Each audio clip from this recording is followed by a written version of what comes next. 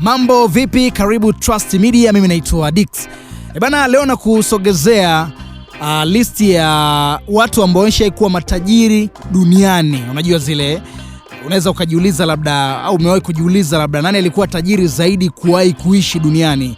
Sasa leo na kusogezea hizi, usiache kusubscribe lakini pia kubonyeza alama ya kengele ili kupata update zaidi, kwa sababu hapa ndipo ambapo unapata info za kitofauti zaidi hapa Trust Media. Watu wengi watafikiria majina ya kisasa kama Elon Musk au Jeff Bezos, unaona Lakini ukweli ni kwamba kuna mtu aliishi karne nyingi ambazo zilipita na utajiri wake ulikuwa mkubwa kiasi cha kubadilisha uchumi wa nchi nzima.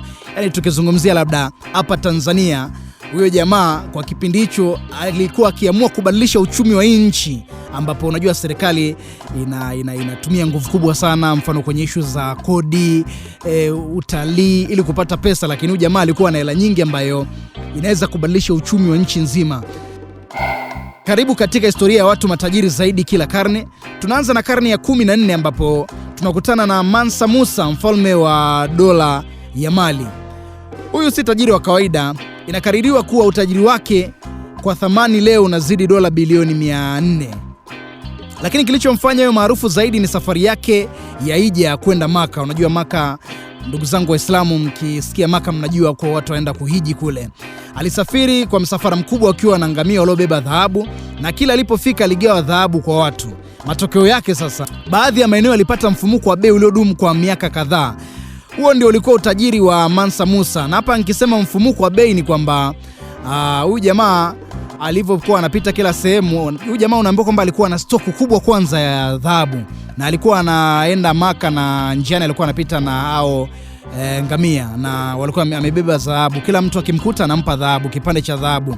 Na watu sasa, kwa sababu gani wanasema kulikuwa na mfumuko wa bei? Kwa sababu watu waliacha kufanya kazi. Kwa sababu mfano imagine amekutana na wewe, alafu labda umeajiriwa, unalipwa mshahara labda 100,000, 200,000, 300,000 au 500,000, alafu kakupatia kipande cha dhahabu, alafu labda kile kipande cha dhahabu kaenda kikuuza labda milioni 800, milioni 600.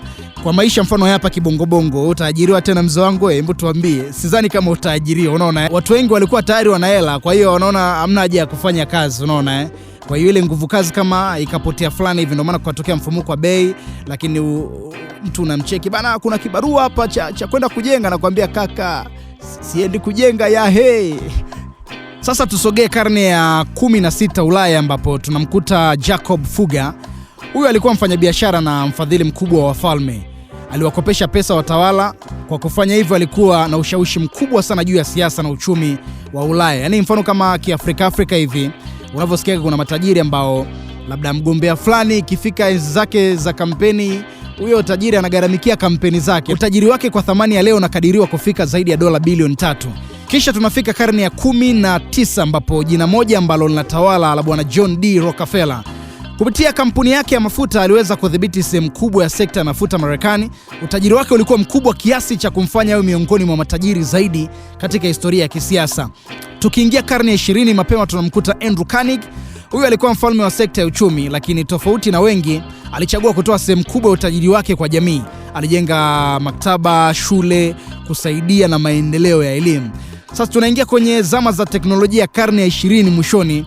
Hapa ndipo tunamkuta bwana Bill Gates. Nadhani vijana wa 2000 stories za Bill Gates nimekutana nazo sana. Kupitia kampuni yake ya Microsoft alibadilisha kabisa namna dunia ambavyo inatumia kompyuta.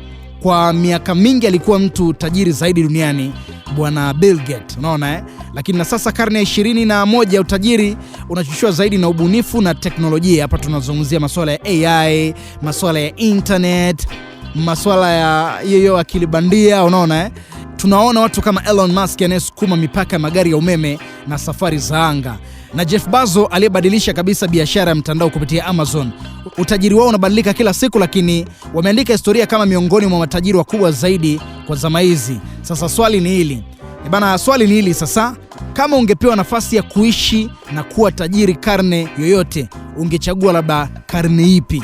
Andika maoni yako, alafu tutayasoma, lakini pia tutafanyia kazi zaidi ili kukuona na wewe uko karibu na sisi. Hii ni Trust Media, mimi naitwa Dix, na hapa ni mwendo wa update baada ya update. Usiache kusubscribe, lakini pia kubonyeza alama ya kengele ili upate notification pale ambapo tunakupandishia madini kwenye channel yetu. Sawa.